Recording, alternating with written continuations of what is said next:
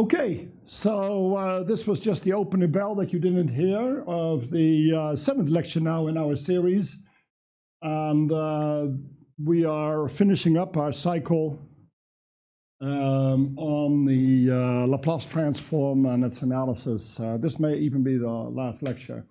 I want to have some applications, but I will organize how we do that through students or other things.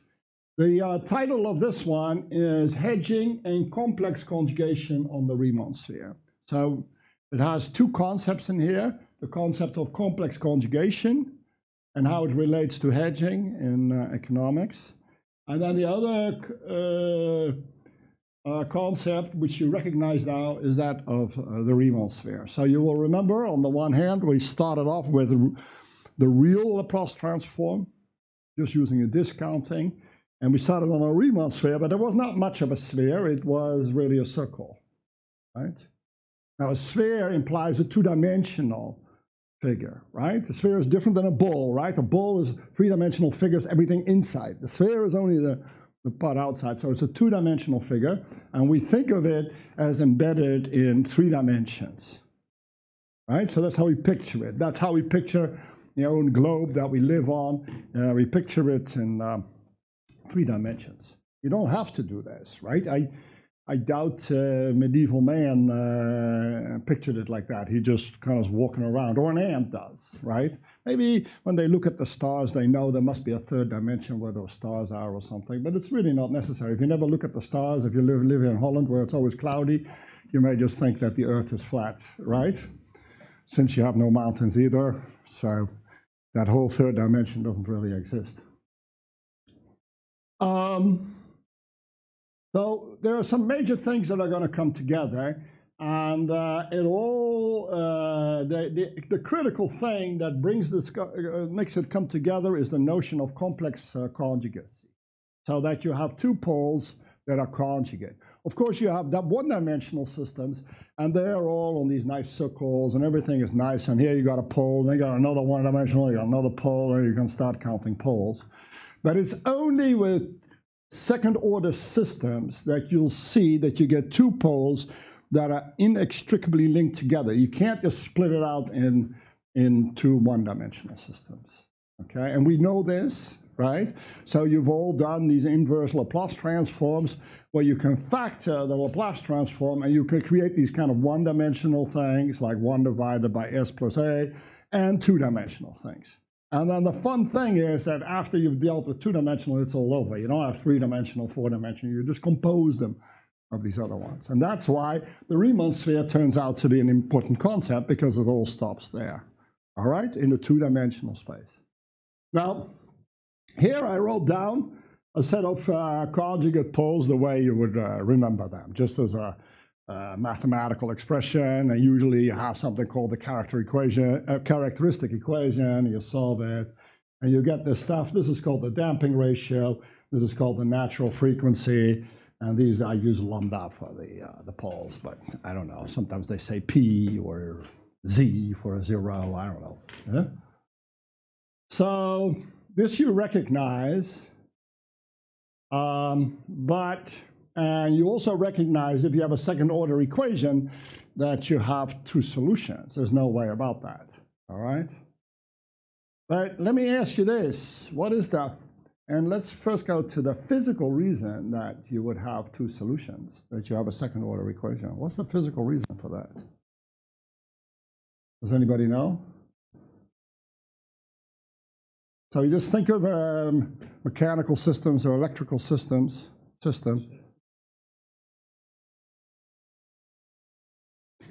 That's not a physical reason. I'm going to interrupt you, right? That's a mathematical reason, right? So I'm asking for a physical reason.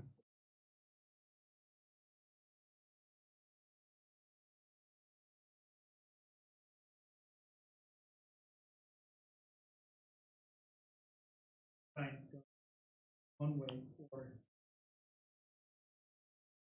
So you're saying that because it's reversing direction, bouncing you call it, right? Huh? It must be, but is that's just like a descriptive thing, right? I mean, it's a physical description because you talk about, yeah, but I'd like to have something a little bit more fundamental, you know?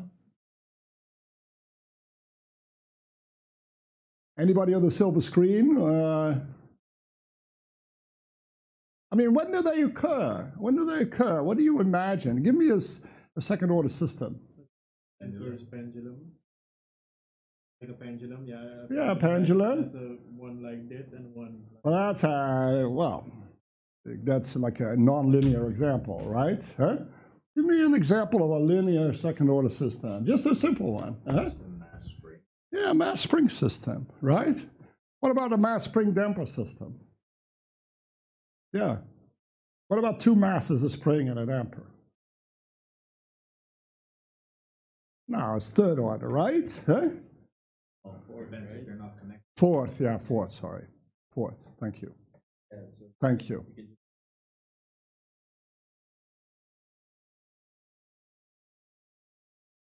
Yeah, but where do these generalized coordinates come from? Where do they come from? Yeah, that's true, but still you won't have second order systems. there's a single freedom in it.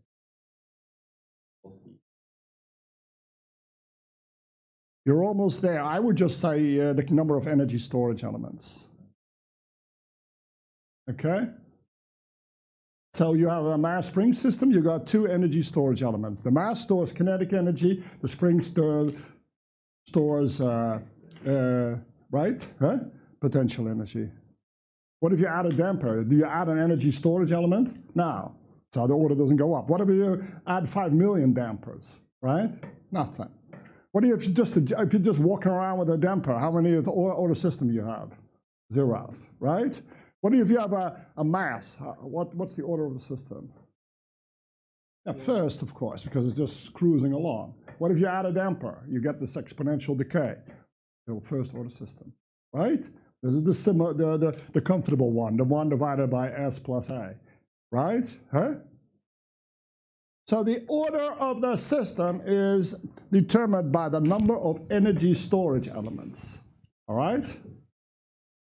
So that's also, I mean, intuitively you see how everything is going right now. I mean, that's why you'll see quadratic factors, because energy is quadratic, blah, blah, blah, blah, right? Huh?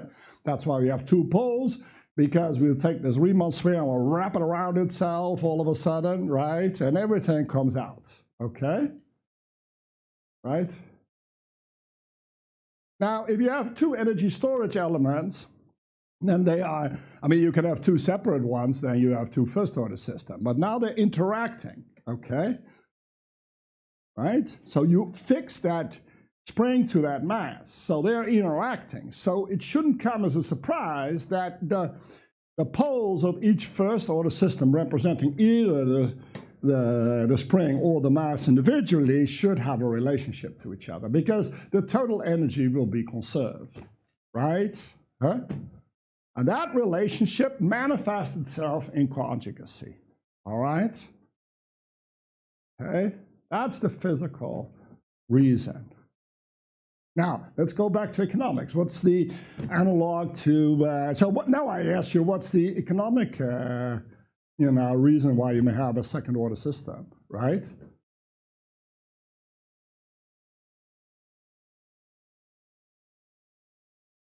Well, you talk about price. I was talking about energy. So the first thing I would do when I do an analog is go to the analog of energy, right? Huh? I interrupted you. So I would say, all right, we're looking at some economic rent or some income or something.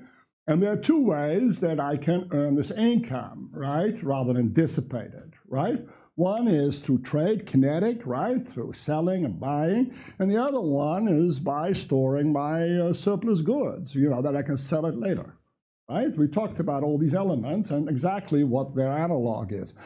The potential energy, those are the benefits that I can derive from this. These are benefits of my assets. They come to be assets, right? And the kinetic energy is just the economic surplus, okay?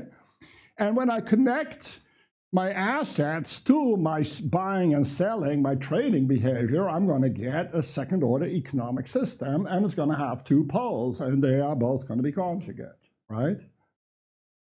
Now, if at the same time I do what every company does is burn through some money and dissipate it and hand it over to some salaries or other things that are degrees of freedom that are not modeled, then you're going to have a damper in there, some brokerage or I don't know what, right? Huh? But that won't change the order of the economic system because it's just dissipating some stuff, okay? Right? Now let's go back to this. I mean, you all know that these are conjugate when zeta is smaller than 1, right? Zeta is the damping ratio, right? And if it's smaller than 1, you're taking the square root, say it's 0, right? So we don't have any damper. You take the square root of -1. Now you guys have done that before, right? So you get I, right? Okay, so you'll see you get this complex number. This is real, right? Well, no, this is going to be 0, actually, and you'll just get an imaginary number then, all right? But now suppose zeta is bigger than 1. Then we're in the overdamped regime, right? Or even 1. Then we don't get this I popping up here anymore. So we'll just get real numbers, right? And if it's bigger than 1, we'll get 2 real numbers. Now, the mistake that's often made is to think that these are 2 separate real poles that you'll just plot there on your S-plane, you know, like, oh, I got some real poles, it's just 2 first-order system, but that is not the case. They are still conjugate, as you can see. They're just solutions of this quadratic equation. It just happens to have 2 real solutions, all right? Okay, so that's something to be aware of given your controls background, where if you read any controls book, and the one that I've been recapping this stuff for myself for is no exception. There's my book they used at MIT to teach me this stuff. They just kind of, as soon as this zeta is bigger than 1, they kind of blink out on this whole notion of conjugacy, and they kind of, I don't know what they do, they kind of just don't talk about it, right? But as economic engineers, we can't be that casual. The reason they can be so casual because little systems are, and very few systems are overdamped in engineering or critically damped. Most of them, especially in electrical systems, they want to get resonating circuits to make their radios and alternating current. And in Bode plots, we only look at the frequencies, you know. But in economics, it's kind of the other way around. All right, so we get these 2 conjugate poles, and they, instead of just exponential discounting, we get something that's called in economics and finance hyperbolic discounting. It's a poorly understood thing in finance, but it's very, very important because people do it that way. So it means that exponential discounting, which is the thing we've been looking at first-order systems, it's very clear. You just get this cash flow and you bring it back to the present by multiplying by the discount factor. But if you have hyperbolic discounting, this is not so easy, right? You have 2 real poles, right? 2 hyperbolically conjugate poles, I would like to say, but that's just what nobody says that, all right? Now, what do? What's the effect of that? Does anybody know? For instance, a physical analog of overdamped second-order system, and what the effect of the poles is. I can hear some birds chirping outside. Huh?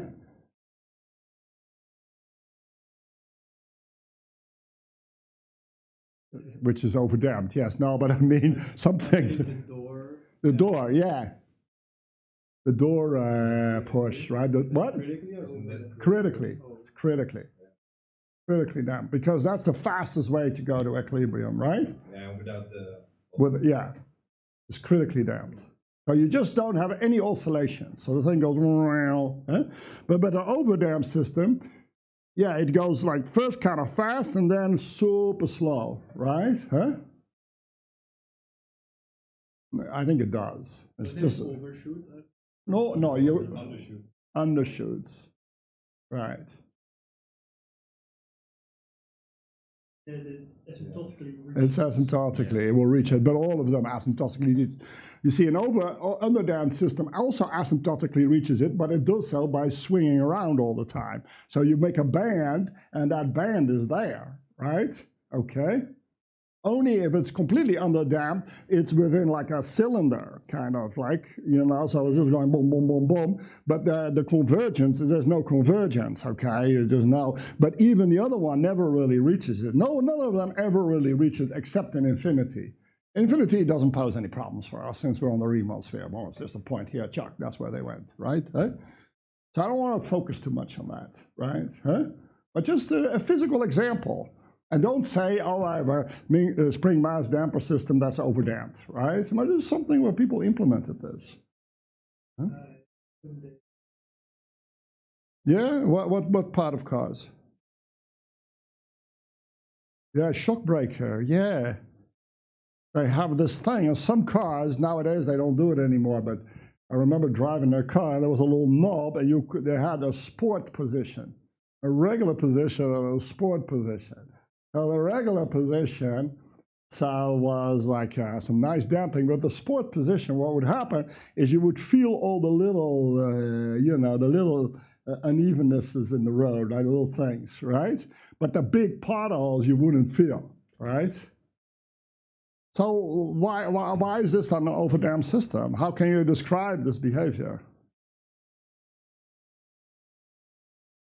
Okay. Under them, but bouncing around also.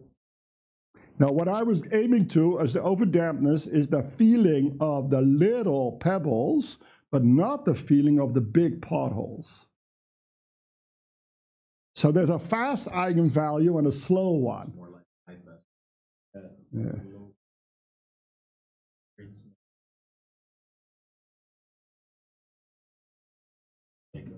Right. So you only just be very fast. Right. That's one way of looking at I'd it. say it's rather low fast than. Yeah. But you can think of these two eigenvalues as one gets excited by something very small and you feel it, and the other one is the slow one who takes care of this humongous pothole. Huh? You know, they do, huh? Yeah, that would be high fast. Like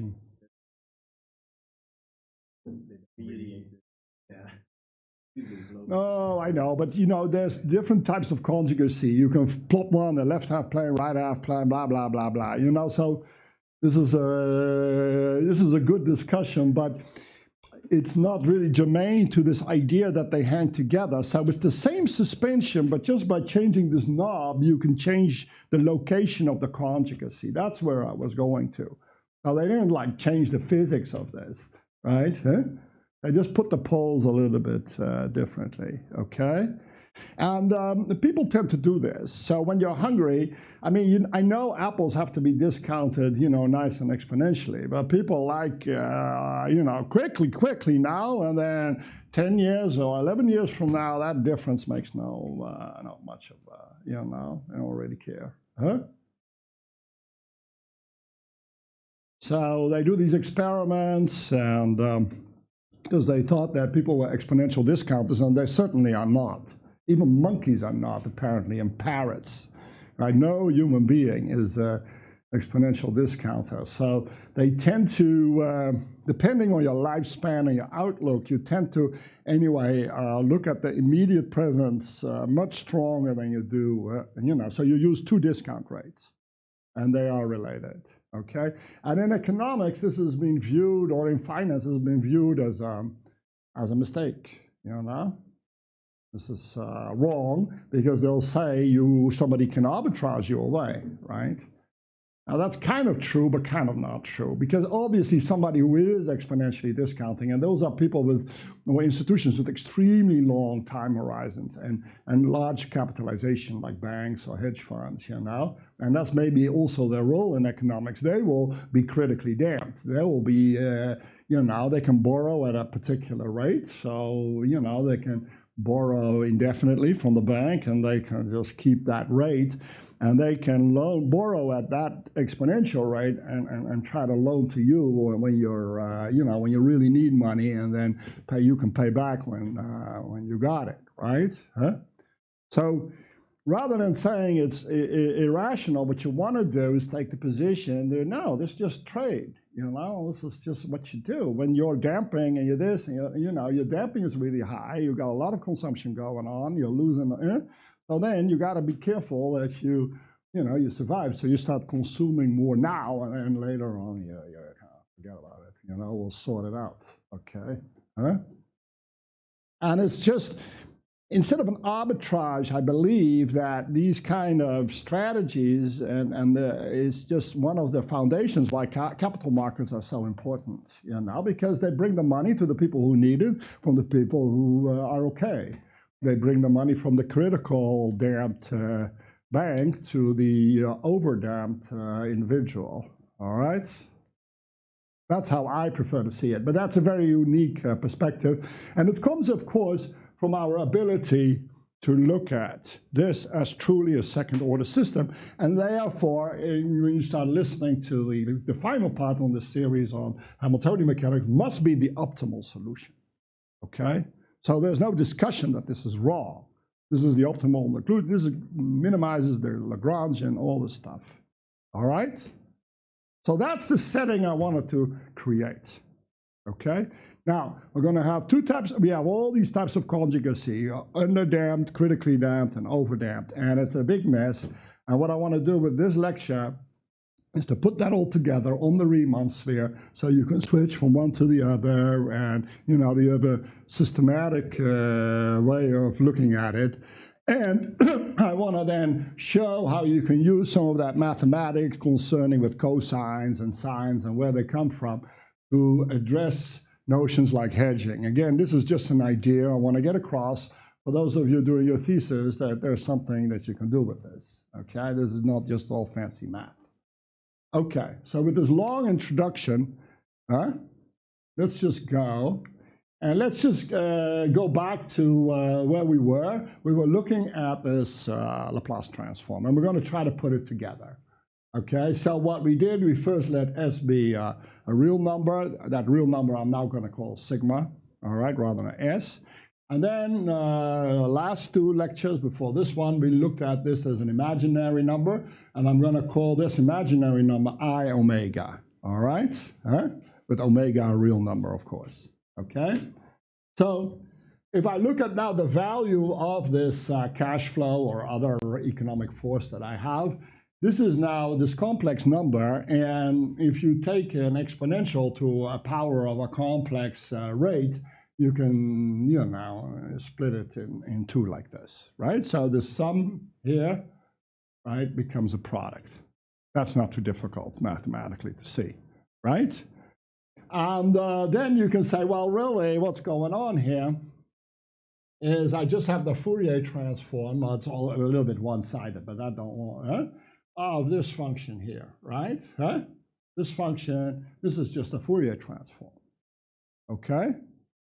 So that's how people have defined the Laplace transform too. So they, If you also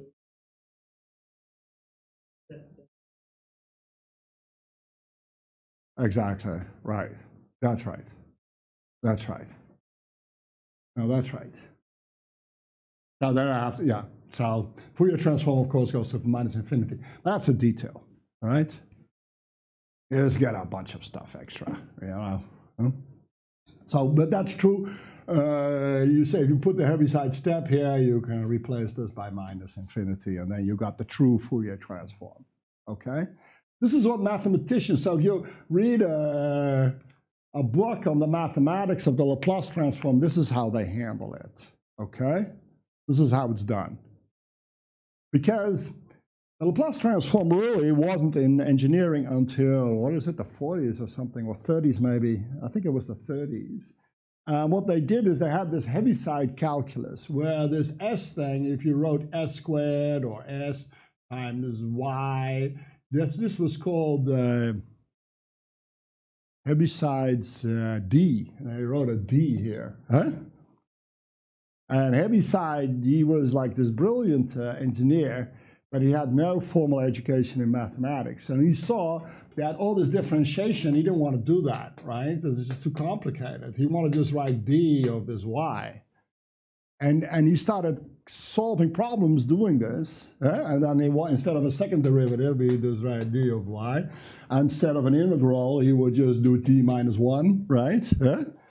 So then he had a number instead of all these funky integral signs. And you know how we are as engineers.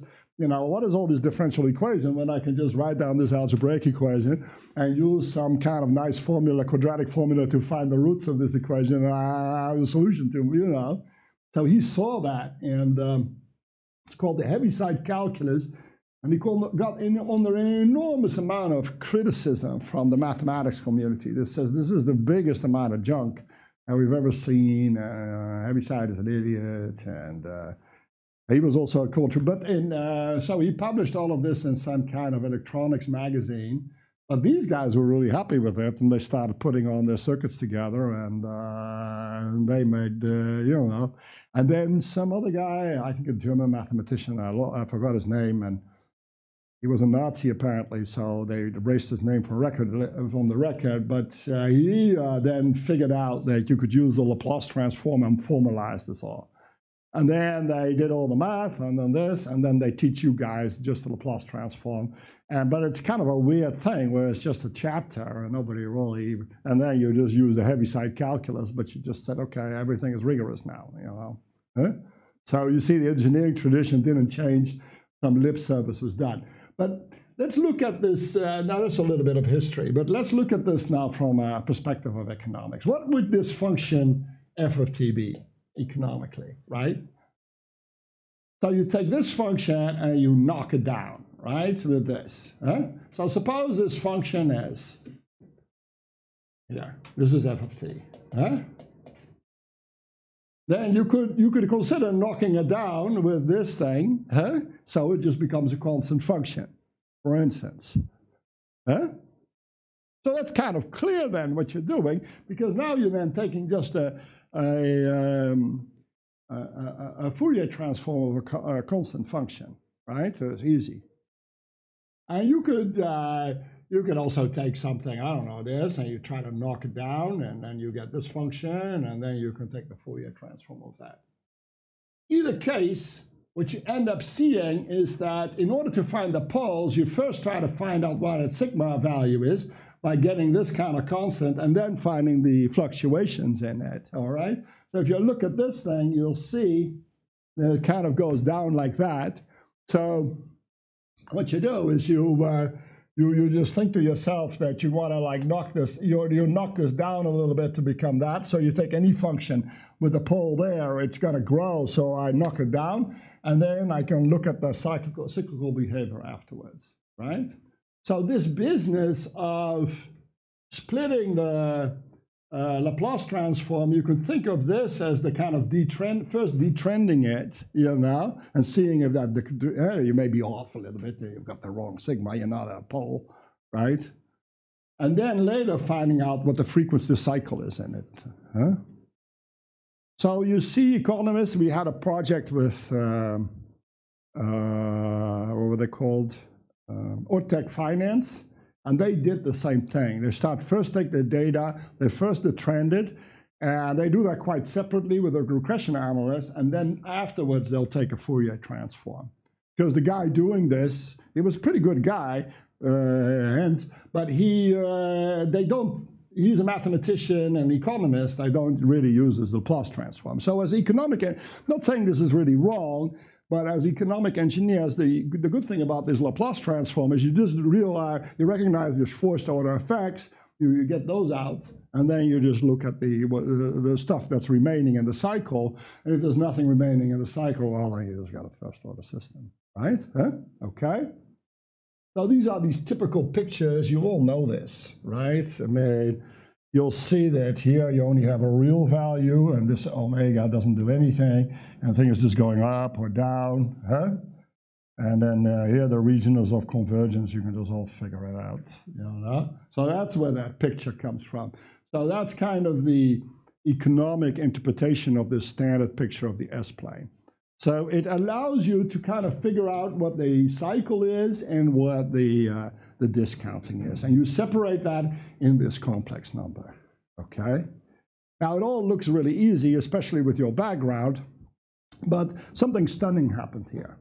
Everybody in economics or finance will tell you that discount rates are just real numbers, right?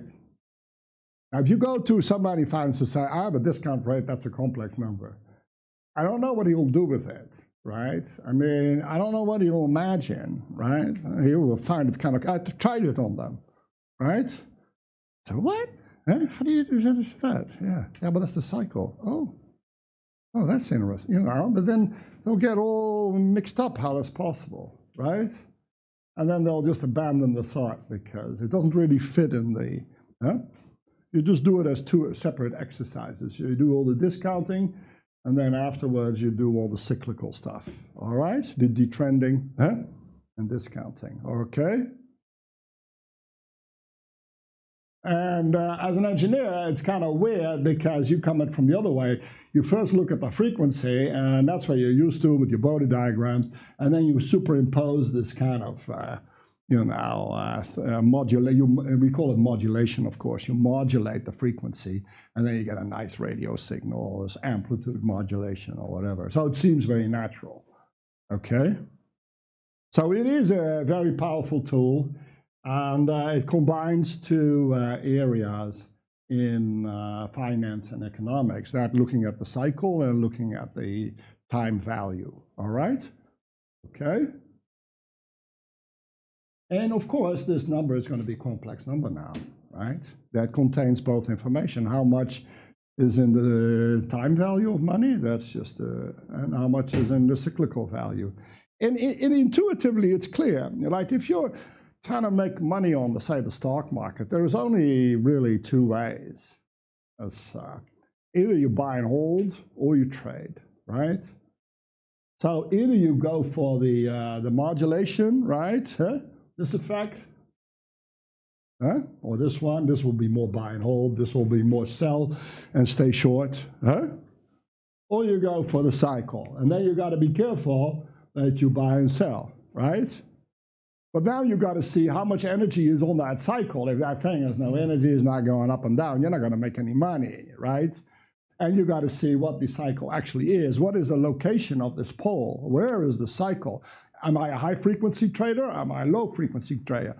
I was trading once a day. Nowadays, they trade once in nanoseconds. So they're, maybe not nanoseconds, but, so they're way out on this imaginary axis trying to find some energy, right? Economic surplus, okay? So it's very natural, very natural. And we'll see that in a sense, this is all we need, because any linear system we can decompose in these, second order systems and first order systems. So with our Laplace transform, we can get a long, long, long way, all right? Okay, now let's become familiar with this thing. So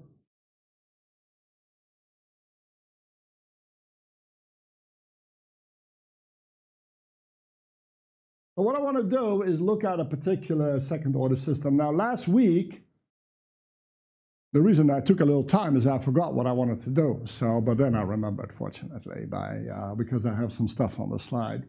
So last week I just got a signal, and this week I decided to do this a little bit differently. Instead of a signal, just look at a transfer function. So you can pump something in, and then you'll get something else out. And this is then the transfer function is then the second order system. All right? So of course, if I put an impulse in here, I'll just get out the transfer function itself. Okay? Now I can do anything. I can introduce some more poles of 0 with the input. With a step, I guess I get another pole. So let's just take a look at that. And here I drew one of these familiar systems. So you see I have some demand here, then storage, and a little bit of dissipation, right? Or a little bit, B amount of dissipation, okay? And I'm bidding here, right? I want this stuff. I have a want or a desire, right, to get this stuff. And what I'm looking here is how fast I'm filling up my inventory, which happens to be the same as the quantity demanded, all right, in this case. So here would be the bottom graph. So I'm coming in. I think, Max, you'll be satisfied that I got the causal strokes all right. Huh? Yep. I see you're looking quite approving of my efforts. Huh? And this will be some input. This is on the, your output. Huh? And this is, you can go ahead. This is the liquidity, which is 1 divided by that mass, and you can just go and calculate that this is the transfer function. Maybe what? Why is there? I calculated it, and I got like that the transfer function was s plus 2 sigma omega n plus omega n squared over s, and then I just multiply.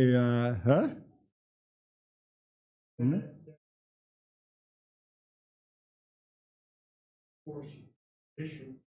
Yeah, that's right. That was the mistake I also made. I went to velocity. Yeah, exactly. That was the point. I first thought I shouldn't be there, and then I realized exactly what you... And why do I take velocity? Because we tend to take Laplace transforms of these flow variables. Of course, we can do it the other way. So I just threw in the... I just decided to throw that in because then I get some, I just, what is this Laplace transform? It's, of course, I present value all my future wants, so it's amount of value that I just throw at this, right? And then something happens, and in return, I'm going to get some quantity in the future, of course, brought to today. So the stuff I receive a little bit later or much later is not as great as what I get now. So I'll discount that exponentially too. And then, well, that's the way you do it, right? Huh?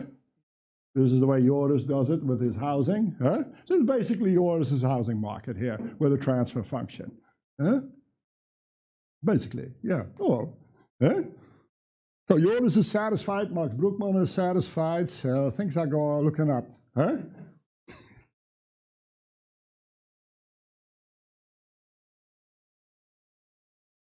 I was able to, so the reason this is called liquidity is because it tells you, if this thing is very high, then you get a small change in value, the value, you can have large amounts of quantity you get, it's very liquid. You think it's illiquidity? I had the same problem when I did it. So you see how easy Right. I think it's illiquid. So what I thought, the way I reason is, really, I mean, the second thing doesn't really do much, right? So it's the change of the price. This is the price change, or change of the value, right? Over a change in the quantity, right? And this is, So what if this thing is really large? Yeah, then you get a very large price change for a small, Yeah. Yeah. So that would be liquid. This will be liquidity, this. So G is it. Because you do... Oh, that's where I screwed up. Huh? That's where I screwed up. Now I see where I screwed up, yes. I think you meant it wrote down because you for the... Yeah, I meant... But transfer function... Yeah, and then I so I should have done this, right? So I want to sell this amount, right? Yeah, and then I get the liquidity. But it's fine. Just leave it. Yeah, thank you. Yeah, it's amazing how you can always get tripped on the little stuff here. So anyway, it's illiquidity, right? It's fine. Same thing. Just put a minus sign. That's one over sign. Take a minus sign. Take a log and put a minus sign. All right. So let's take a look at this guy. So it's a slightly different perspective. Okay. Now here we all know. On the left, I just cut and pasted this from some book. Our standard book. So you all know how this transfer function goes, right? So you can look at this guy, and you just change the zeta, right? Huh? And you start from 0, and then you move it up to 1, and then you keep moving to infinity, okay? And I'm just going to look at where the poles are of this transfer function. Nothing exciting. Now, what happens when the damping ratio is 0? You're going to have to, there's no damping at all, right? Huh? And as I increase it, this thing will start moving along like this, until it hits critically damped, right? Huh? Okay? And then I keep cranking up the damping, and then one of the poles shoots this way, and the other one shoots that way, all right? This you know, right? So this is the picture that goes along with our second order system. Now, I've always found these things somewhat mystical, like you can see that this is some angle, and this here is then the cosine of zeta, right? This will be the sine. It always seems to work out, which is equal to 1 minus, and sure enough, this squared plus zeta squared is, no, not cosine of zeta. Zeta is the cosine of this angle theta, right?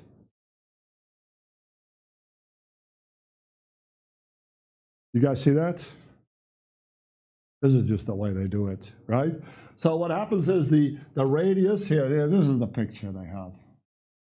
If you stare at this long enough, you'll see this. This radius here, that's the natural frequency, okay? So you know that. I mean, here you're going to be the natural frequency on the y-axis, okay? So the radius is the natural frequency. We could set that equal to 1 to make the whole thing easy. What damping ratio does, it will be 1 here, it will be 0 here, and infinity here, okay?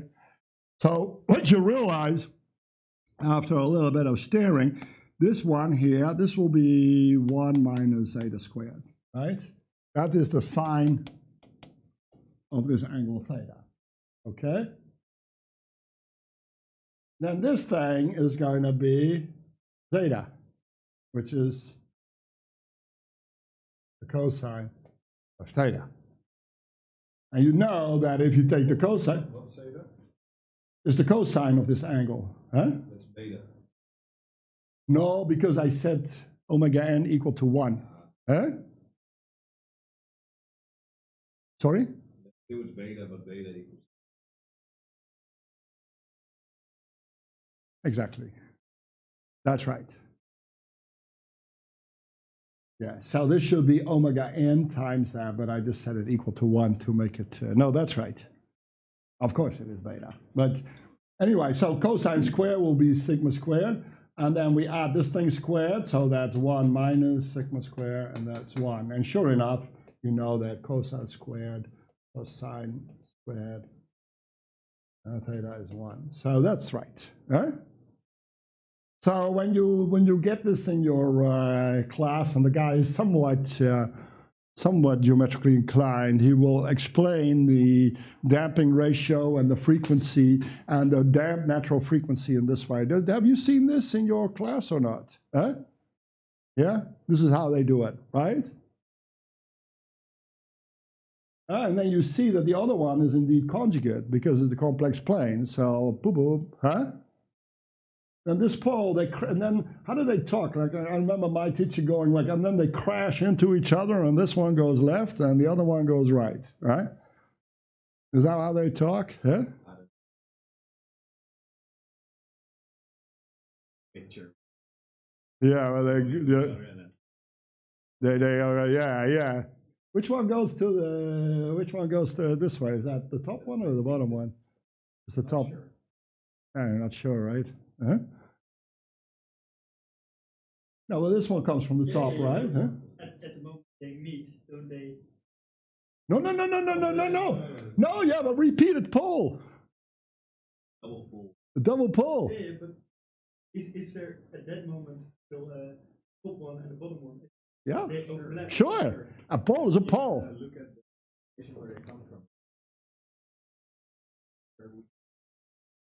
plus for one and separated. Then you know which one goes there. The mid, and there's a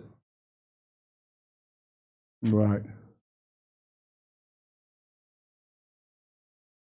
And then they just kind of buzz up. So you see, the thing is, what's happening here? Now, very unclear, right? You had one picture, the guy has another picture. Then what's happening here? Why does this go so fast? This one so slow? And then all of a sudden, are they still conjugate? Are these still conjugate? And are they not conjugate anymore? Did they lose this conjugate? It's all weird. Now, which one goes this way? Don't really know either, right? Huh? The picture, although okay, is not so great, you know? So we can do a lot better. Now, we've already looked at these real poles on the Riemann sphere, right? Remember that. So now what I'm going to do is I'll put it all together on one Riemann sphere and everything will be clear. Okay? That's what this picture is. So I spent a lot of time on this because it takes forever to draw this stuff in Tixie. But I think I succeeded, okay? So, what? You know the struggle, right? It's not the easiest language to make something. Perspective is also really terrible, huh? You don't have any perspective tools. So, but whatever. So that's the only reason that this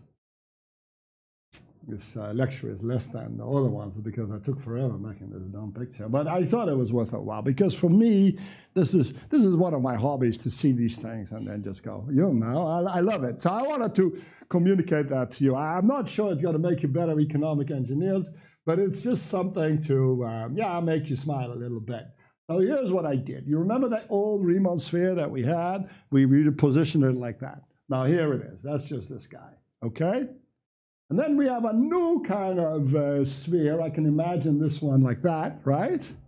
Okay? And what I'm going to do is I'm going to position that one like that, okay? And then I completed it, you know, with some poles in the right half plane, okay?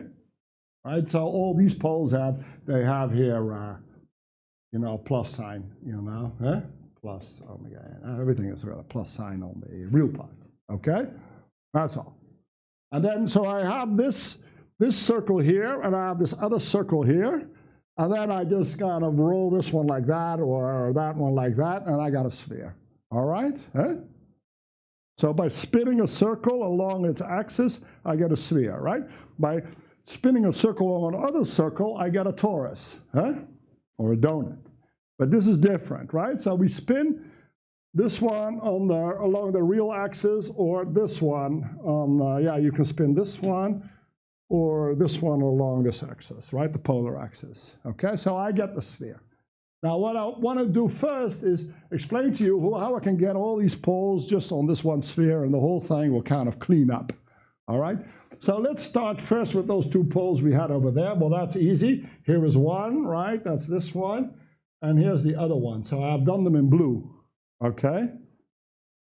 So you see that the conjugate, you see, is now a reflection on the real axis. So this is the real axis. I do reflect there. That's like from going to that one to that one. So this here, this will be this angle theta, right? And here would be this damped natural frequency. And again, I took omega n here equal to 1. Okay? Right?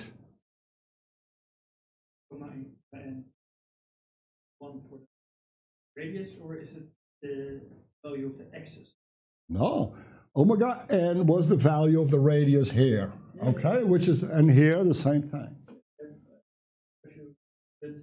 That's to the axis. Yeah, so that's just this point is 1. This is the point. Yeah, that's the old one, the one that is in this direction. Here there is a 1, and here there's a -1, a real one. This is more of a J, actually. Thank you. That was our old one from the that I left in there. Yeah, it's more of a J. This is more of an I, and this is the real axis. Okay. And so that's important. Thank you. Yeah, this is. I just got rid of this. Put a J here.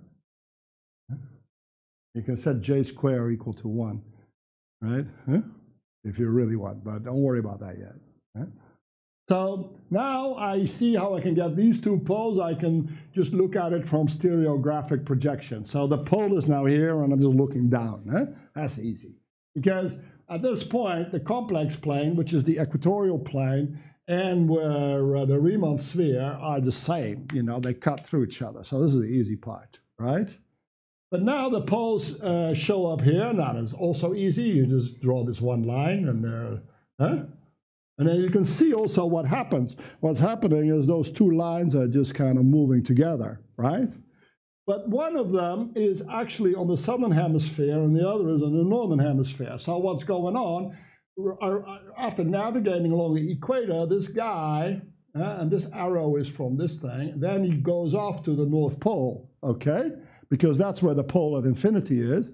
And the one on the southern hemisphere, after coming here, he's not really crashing into it. He's just in this complementary manifold, and I just happen to put them on top of each other, but there's nothing to, nothing to prevent me from drawing that thing over there. I mean, they don't communicate.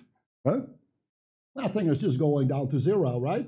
So this is the projection of zero. And then if I draw these stereographic projections, I did this here with the green pole, you'll see that you'll get the right movement of the poles. Right, so that explains also why this pole is like going off like a bat out of hell to there, and this thing is just ever so slowly creeping up to zero. It's just, that's just the way the stereographic projections go. All right? Well, this thing cleans the whole thing up, right? We can look what happens at infinity. We just start looking at this, or at zero. There we have this thing. So we have this one pole at zero. So yeah, there it is. You know, and we're basically we're doing okay here. You see. So what we have achieved, we've taken the regular way in which conjugacy is explained in your course on controls, and we have complemented that or put it together with the conjugacy that we had already in the Riemann sphere from 2 lectures ago. We just put it, but then we just had this part of it, we just put it together. So all this second order system is doing is following the meridian. Okay? Now why would these poles not like occupy the whole sphere? Why do they only stay in their own hemisphere, right? Well, the answer is it's a second order system. So you got to square things to get onto the Riemann sphere. So you got to double cover, right? So this thing is, if you look at the value of s squared, that thing is doubling the angle. So that thing is really making a full circle while this thing makes half a circle, and then he's done. Okay? And the only way he has to go is go up to the North Pole. You can take any pole, you just project it here stereographically, and you can plot all these root loci and, all right? Just now the other thing I drew here is this blue dotted line. That's the normal complex conjugacy, but you see this one has also its conjugacy, right? So conjugacy, all it is, complex conjugate is projecting the imaginary axis in the real axis, and this is projecting the j-axis in the real axis. That's all it is. You're just projecting on the real axis in some way, all right? Okay? They just stay conjugate. Here they're also conjugate. I mean, one is here or here, and you're just like projecting by just, you just take a, if I have this piece of paper or this phone and I have a point here, then it's conjugate point. If this is infinitely thin, it's just that, right? Why do I need conjugacy a big distance? It's just here, it's paper thin, but only because I decided to do it. So those are conjugate too. And they don't fuse in one another, they're just there. And he just decides to follow the equator rather than the meridian, all right? It's a nice way of picturing this notion of conjugacy and seeing that conjugacy, what I was talking about, as a thing that is property of a second order system. It doesn't just disappear if you now crank up the damping ratio over 1. All right, it stays there all the time, and the two poles are always dependent on each other. Huh? Okay, let's see what the next slide is. Otherwise, I'll take a break.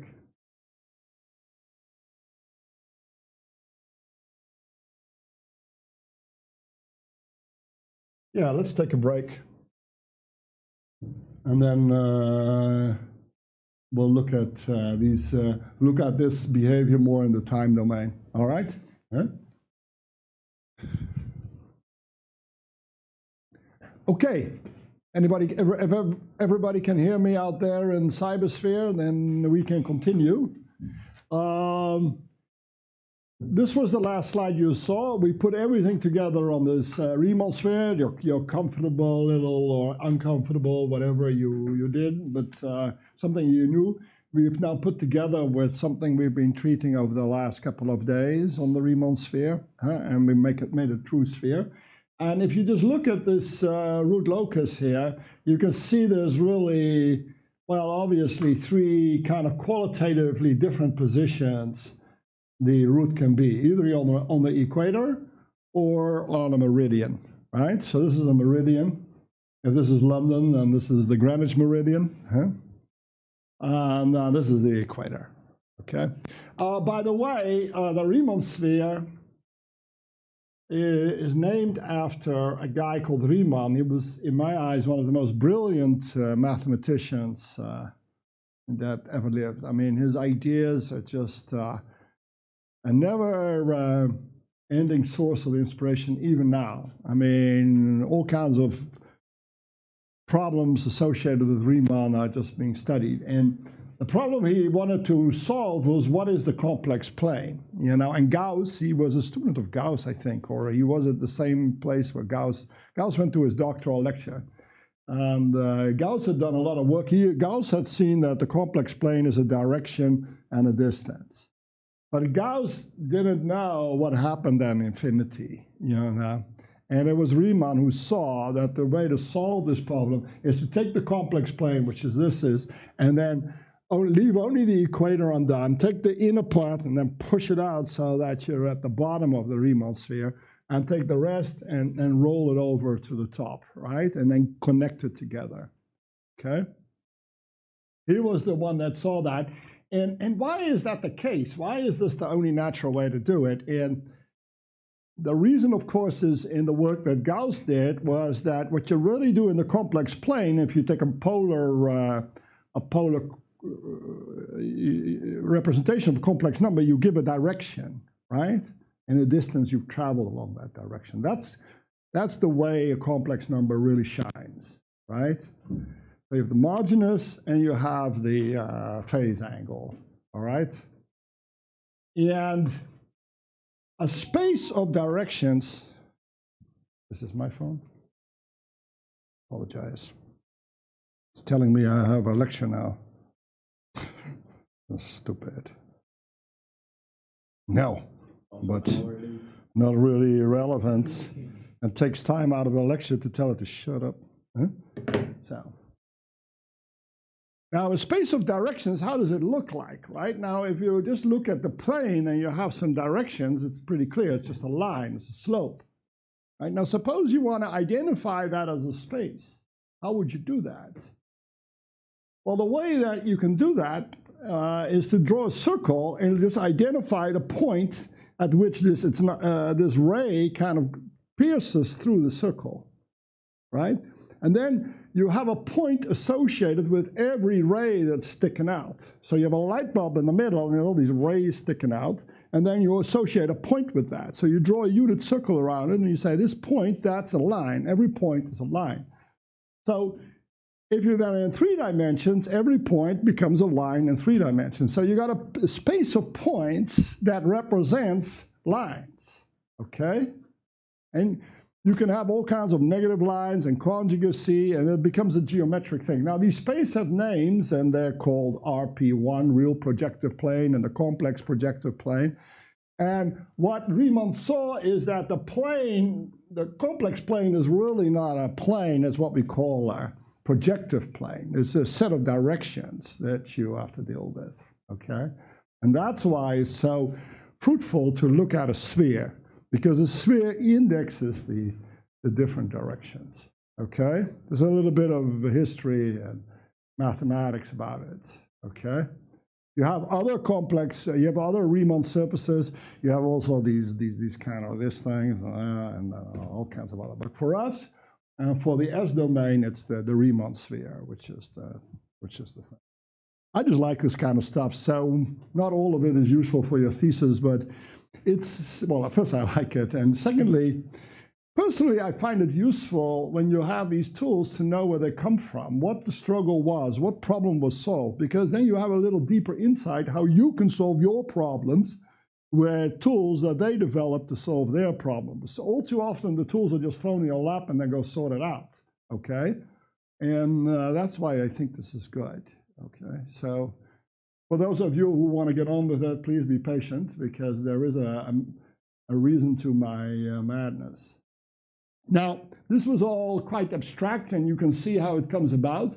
But now I want to relate this just back to the time domain.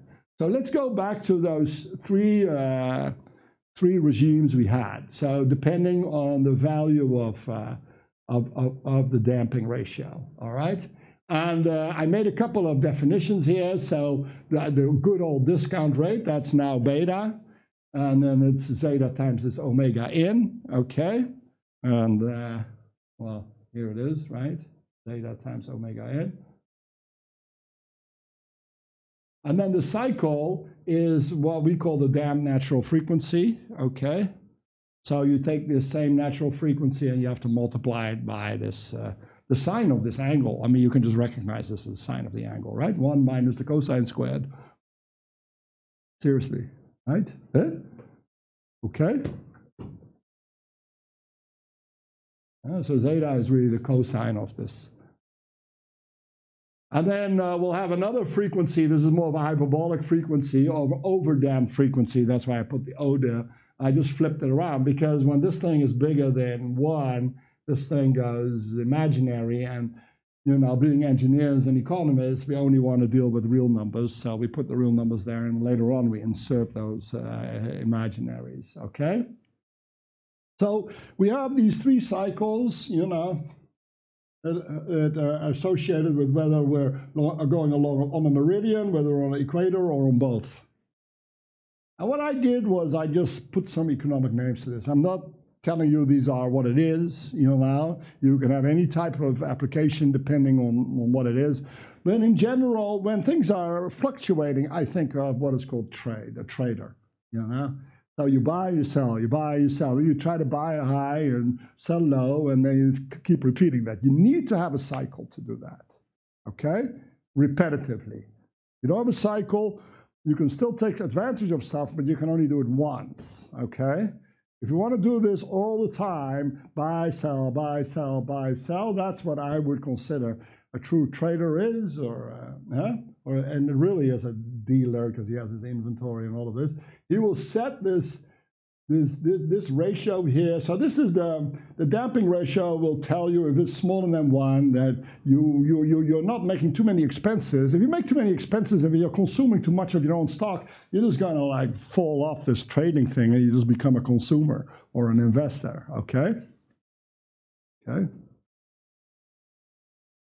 Then when that's in the damping ratio is smaller than 1, you all know that, I can calculate what your stock is. Okay, so I just calculated your stock, and you get this expression. No big surprise, I'm sure, right? You see here that you got this modulation factor, right? So this thing does something like that, right? The cosines all become a 1 here, okay? And so you'll see that you're still discounting. This is just your good old discounting, And that's why I call this beta also the discount rate. But you're not just discounting evenly like that, you're discounting your own trade cycle. So every time you get a buy and sell opportunity, it's worth a little bit less. Yeah, why? Because you just dissipated some of your surplus, okay? Huh? Of course, if this thing is a positive number here, then it will get bigger and you will see growth on top of your cycle, okay? So it shows you how the modulation corresponds to the discount rate and the damped natural frequency, so the frequency will become a little, what is it? Lower, right? So you'll pay also a price in the frequency. You can't turn around your goods as much if your expenses are very high, all right? Huh?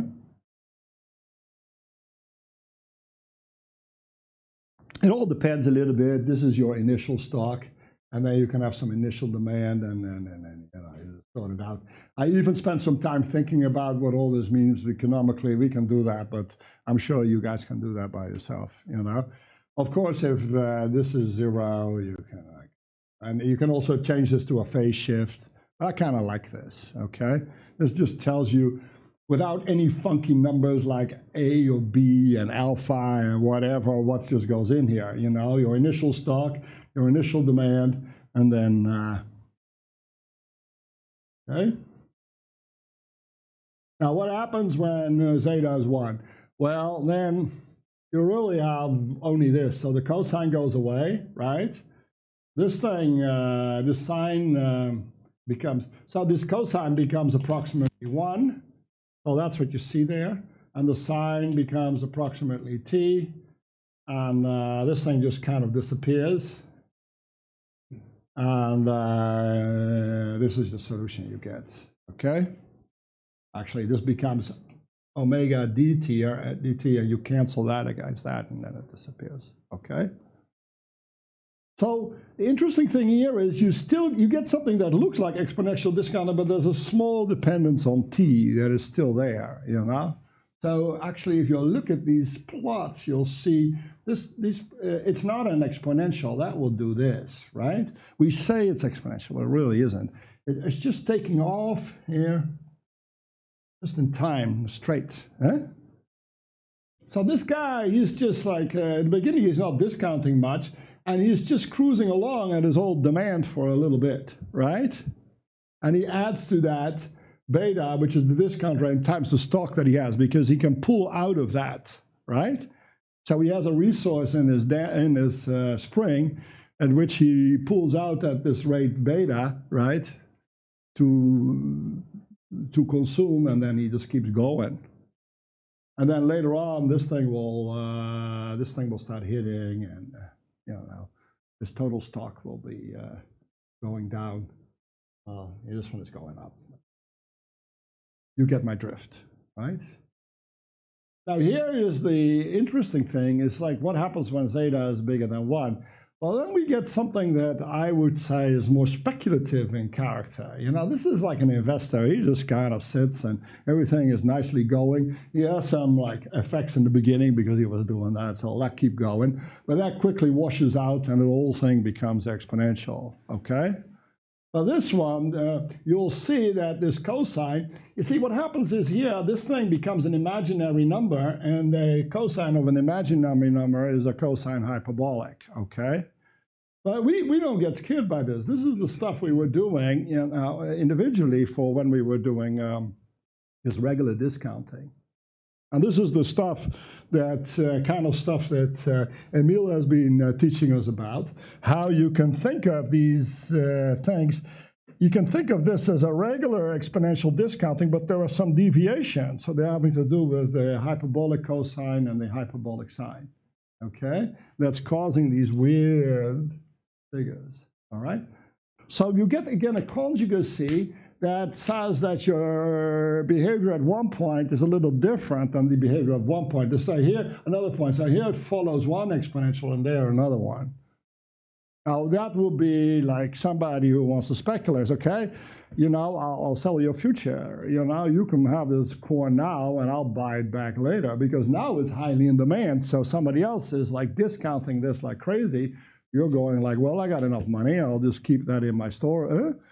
I'll lend you some. Okay. Huh? See, without hyperbolic discounting, why would you lend anybody a bicycle or a this or a that? Everybody is discounting the same. That's what I think is so wrong with it, you know, in finance to say that that's not right. You know, my time value of money is quite different than yours, and that is because I hyperbolically discount, okay?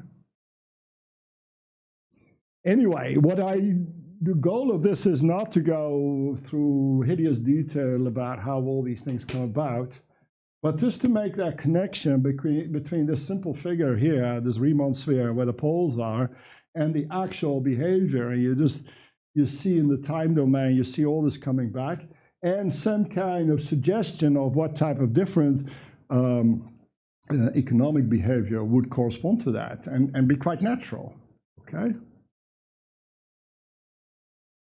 Now, in your theses, you can then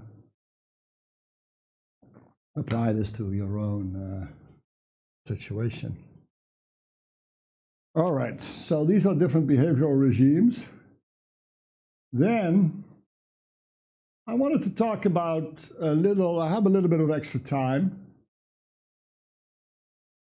before I come to the conclusion, which is this.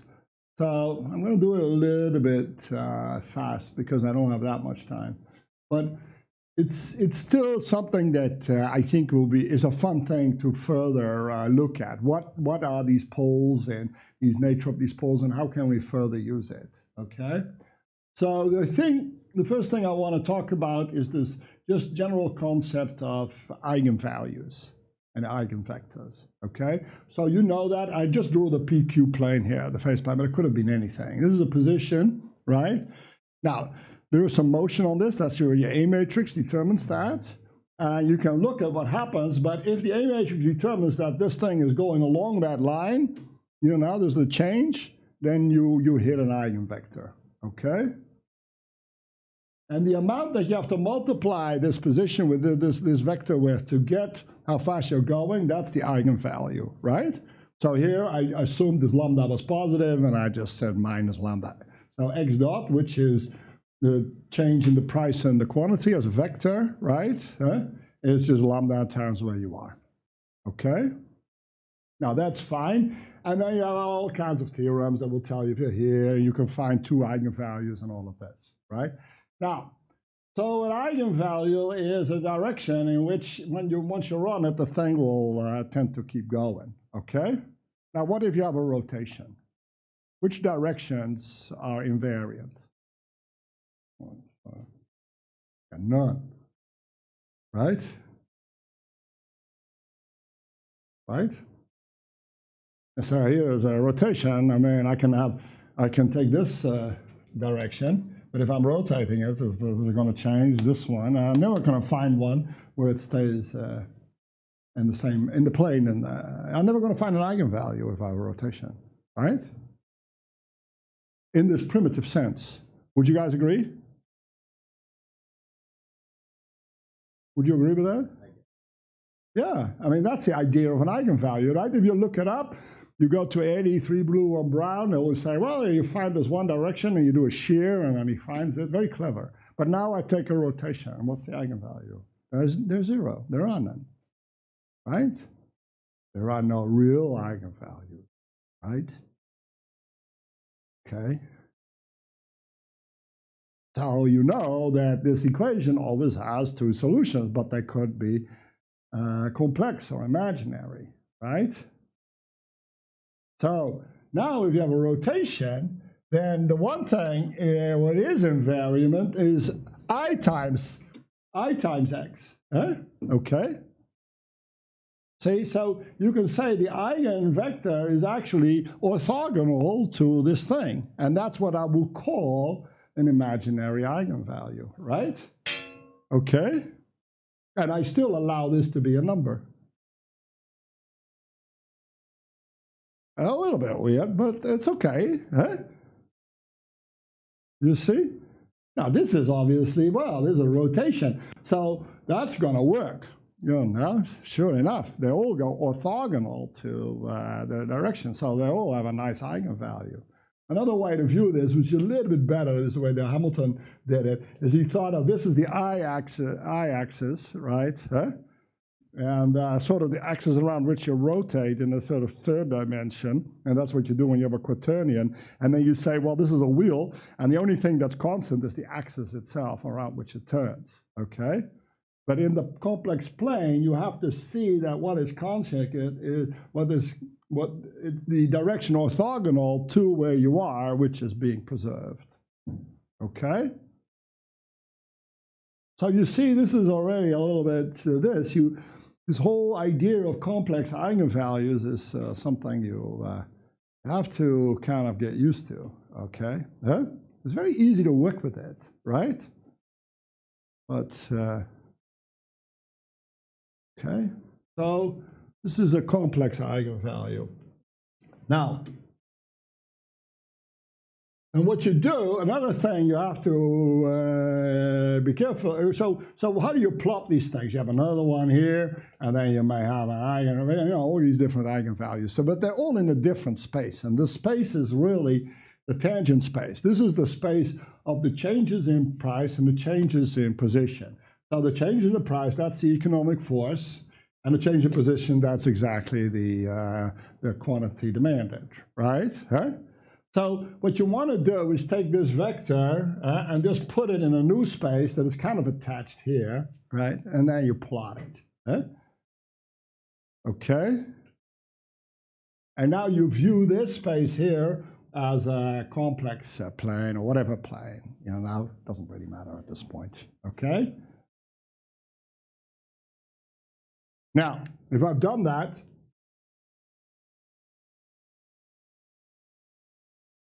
then you say, well, what happened? So as this thing, say, makes a circle, so this is, say, a harmonic oscillator, what's going to happen to this guy? Well, this guy will be rotating too, right? Because it's always orthogonal, the eigenvector is always orthogonal to this. So as this rotates to the right, this guy is also rotating. It is, of course, a phase shift of 90 degrees ahead, I believe, yeah? Yeah, so this one is here, so it's 90 degrees in the positive direction, right? Because here is the, well, whatever, okay? So in this is sometimes called the velocity circle, but here it's just the force and velocity. As the particle moves in the phase plane, so as the agent moves in a price in the phase plane, you can see that his demand and his wants are also moving in their own plane, okay? Okay, and the area on this plane is, of course, the power, right? Huh? Okay. I'm adding this because there always is confusion where you are, right? So all these vectors here are just floating around. This is not a vector space. And you pull them all, you know, to a new zero at a new tangent space, which is the same for everybody, and then you start comparing them. Okay? That's what you do. And then if you do that, you can look at any shape. You can look at a hyperbola here, you can look at a parabola, you know, and then you have all these vectors, you know, and you start seeing how they move. Okay? All right? And that thing has got a name, and it's called a hodograph. And it was done by Hamilton. I love this kind of stuff, okay, because it immediately clears everything up. So I didn't want to spend any more time on pictures, so I just stole this from somebody, some guy in St. Petersburg, Russia, so I'm sure he won't mind. Huh? But thank you nevertheless, if he's watching. And these things, this looks like the phase plane, right? So sort of an ellipse, you know, what we have. But it is, and you see on the right, this is just the trajectory, if you think of this as the phase plane. And then here you see the, you know, the Hamiltonian flow vector. And then here he plots it in, Okay? This is the one way to look at it. So you see, if you have a circle, this becomes a circle centered here, like I had. But if it's an ellipse, then what happens is the center of this velocity circle, this is the way they call it, moves to the left, right? Because this thing is going much faster here and slower there. So these are the fast velocities and these are the slow velocities, okay? This actually is not the phase plane. This is just a regular plane, and this is a satellite moving, or a planet. And these are what they call Kepler orbits. So we have ellipses in the phase plane where our traders are moving, but we also have these as solution to Kepler's equation. Yeah. This is what he has, but the geometry is the same. Eh? It's just that I haven't said here, Hamilton invented this as a solution to the Kepler problem. The irony with this guy Hamilton is he also did the phase plane and the Hamiltonian flow, but he never connected those two with, you know. So the guy did at least three important things, I think maybe more, but none of them seem to be connected, at least not from what I see, you know. So I had all these quaternions, but he doesn't apply those to his mechanics or to this problem. I actually think they're all related, but this is why I put his name on there rather than just say Hodograph, because it's just an amazing individual who just shows up with these really great ideas, and they're very inspiring also, always to me. So here, this is then a satellite, but Hamilton looked at it. This is not what the guy in Russia was pretty recent, right? But Hamilton would think of this as a planet, and we can think of it as a Hamiltonian flow, or also a Keplerian orbit with two cubes. What's wrong with that? There's also nothing wrong with that, okay? Now, here, another cool thing. Now, suppose this thing breaks open. If it has, you know, the planet has enough speed, it will follow a parabola, as you probably know.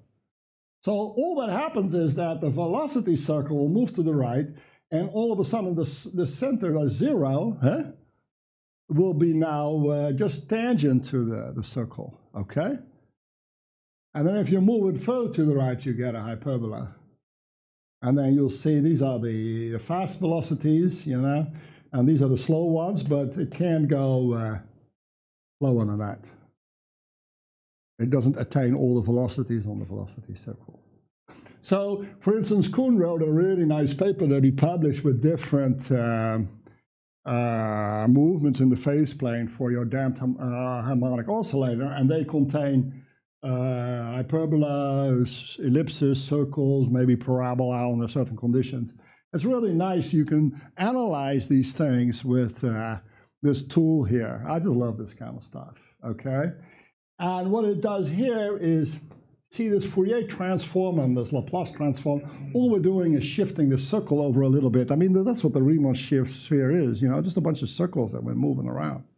And it just shows you what enormous wealth of different motions you can get out of looking at velocity or phase velocity then here, right? The phase flow on a circle. These are all just circles, okay?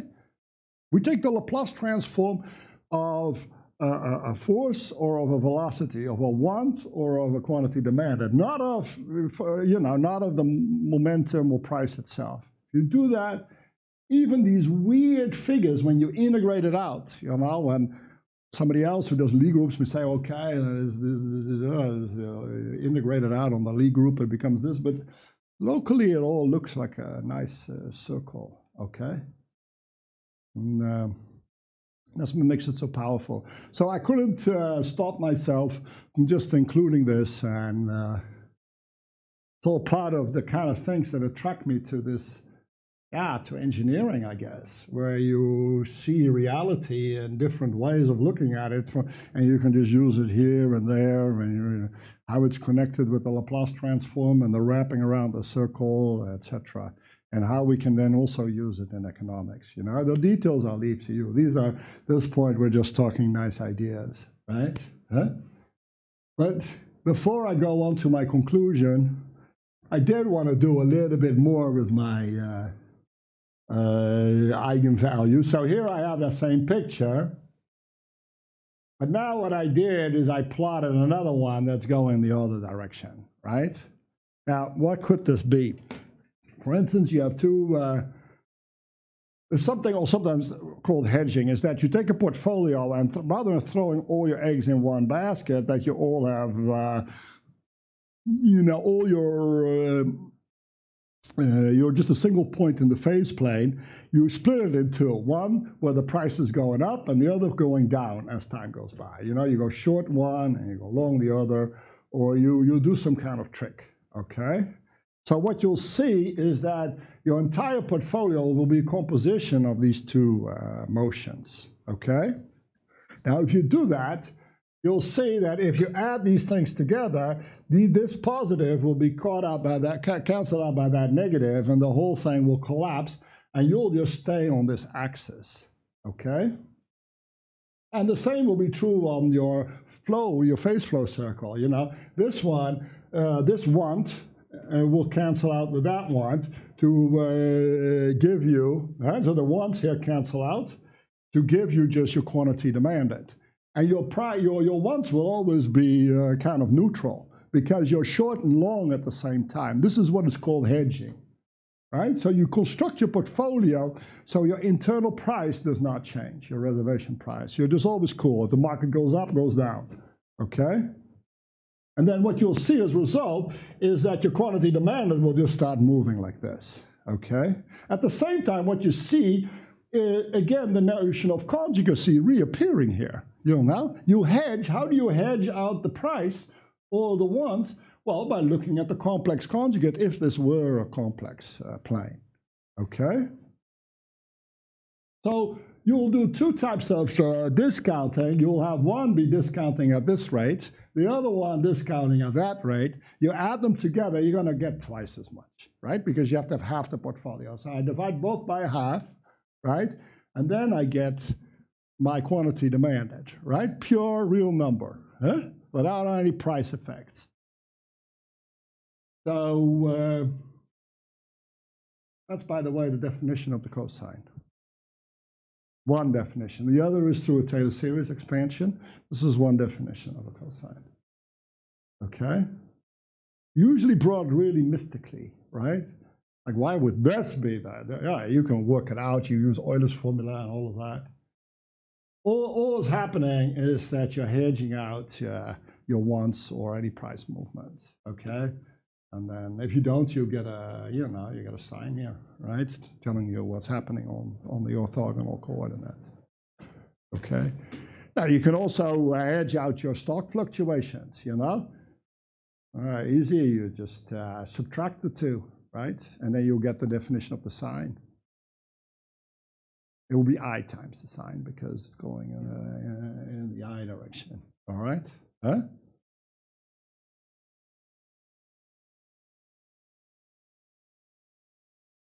I get it mathematically. Obviously, how would I design my portfolio? I'm going to let that. I'm going to, but you know how this hedge would look like, right? With the quantity. The other one is the same. Just think through it. You'll see. Huh? So you do quantity hedging. So the amount you get in, your price will be fluctuating, but the quantities from the different strategies will be the same so that your stock remains steady, right? Huh? Okay? Easy to think through. Just focus on what it is you want to have constant, huh? And then you just figure it out. What the price will have to do. Here you want the price to be 0, so you see what the quantity does. Huh? Huh? So you see all this conjugacy, there's one big story about like how you need it for real numbers and this and that. But the other is a very simple story, and that gets lost sometimes also when people say, okay, you have this differential equation. Well, you know what I'm going to do? I'm just going to use complex numbers, right? Huh? Then plug it all in, and then I throw away the imaginary part, right? Well, really what they're doing is saying, well, or they may say something together, a real number, I need to have a complex conjugate pair, right? But all they're saying is not to, in order, these are all two-dimensional phenomena, right? Second-order system. So there are two energy storage, this and this. I'm focusing, I'm an engineer, I want to focus on real numbers. So I just want to know what's there. Well, then I somehow have to construct something where the other energy storage element is at 0. So then I'll get a real number, right? That's all you're doing. And then you have the force, and you throw away the imaginary part. So you just look at the projection, okay? No, but this is what's going on. You have to keep track of the force, and you have to, if you're looking at the quantity of the price, because without it, you won't know how it's doing. So you got to throw in that whole complex exponential. But then in the end, you say, well, I'm only interested in this. Well, then, okay, then hedge it out, okay? So usually, and even the best, even Feynman brings it as a mathematical trick.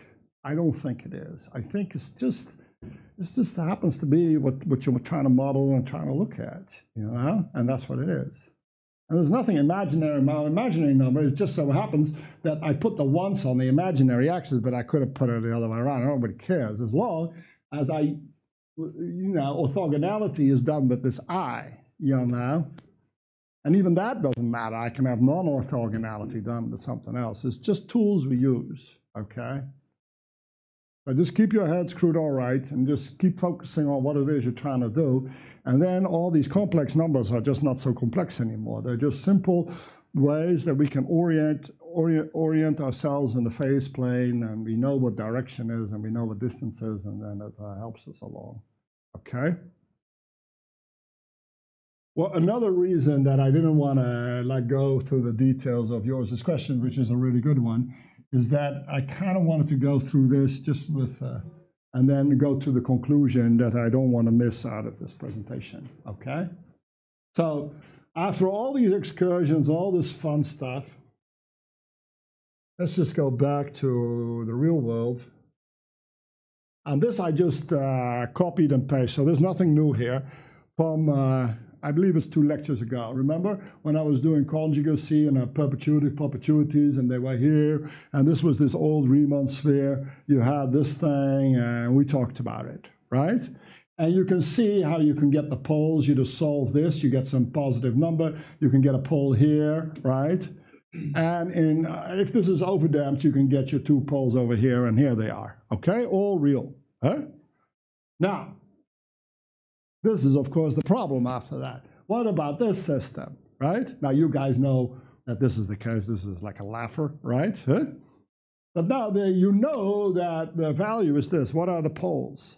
Well, plug in a real number here. The smallest, you can plug in negative numbers. That's not going to do you any good, right? The smallest you can get to is 0. This thing is not, so you need this denominator to be 0. There's no way to get it to 0, so it has no poles. At least no discounting poles, right? That was a problem we faced. Now, why did we need that pole? It was also something where you remember, that's what we know what's in it, right? So why does 1 over s have a pole at 0? That means if you have a perpetuity and you're not discounting it, you're just going to get infinite amount of money, okay? And through that infinity, we know where we are. That's why this pole is so important, huh?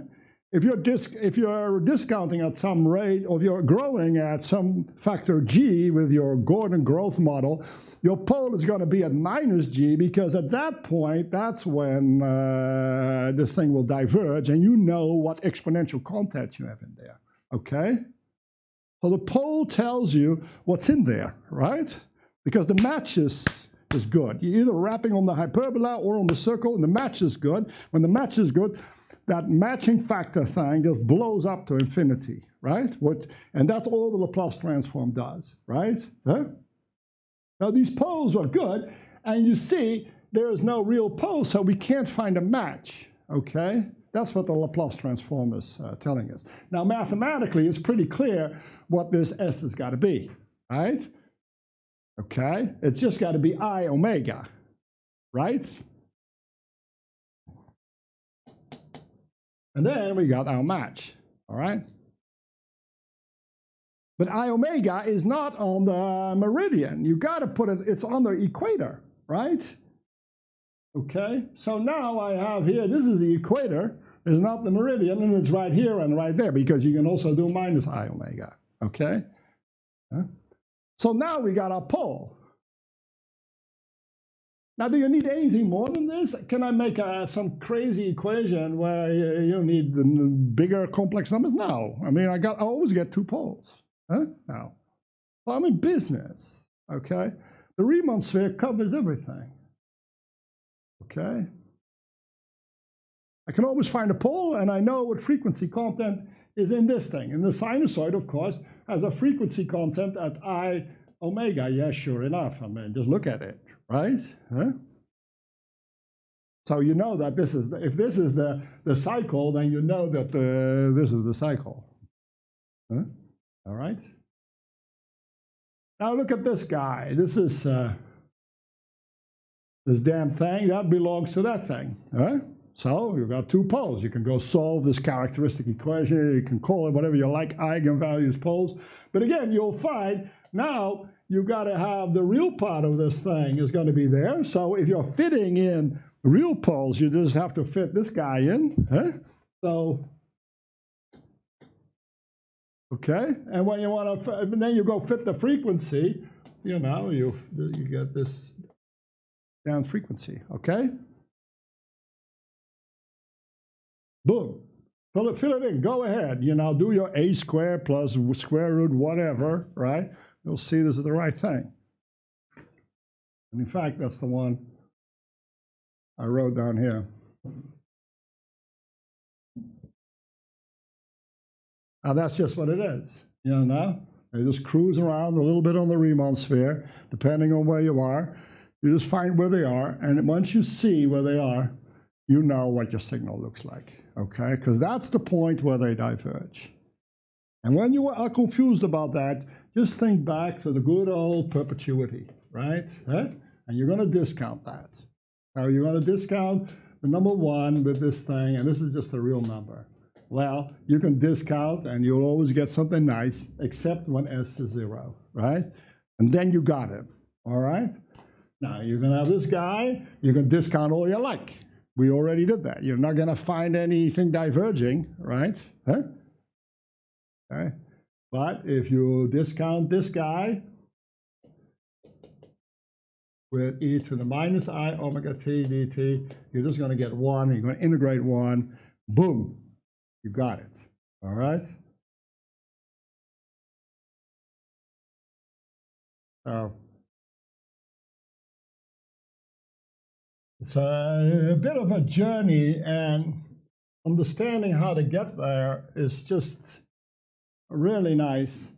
And I did this, I know I talked about this kind of short, but the thing I want to avoid with these kind of treatments is that it's all purely mathematical, you know, and that we're just doing clever things. But every mathematical step has some kind of function in your work when you're doing economic engineering. Every step you make says something about the economic or financial reality of the thing, as it says something about the physical reality.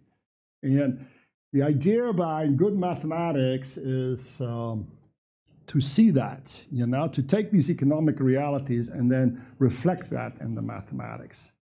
Now, you guys are lucky and unlucky at the same time. So when I learned all this stuff, it was still, computers were in its infancy, okay? And we were able to do it, but the generation that had gone before me, they had no computers. So they had developed these tools like Bode plots and root loci and those things, and the concept of a pole and those things. So they could graph it and think about it in the few dimensions they had. But you could see them struggling. They couldn't like just pull out some 3D figure and everything. It's impossible. You just spent your whole life with one figure, right? And then, but that's the tools we had, and we had a couple of things, and you just diddled around with it. The advantage was you kind of had a good feel for what's going on, what the math was telling you.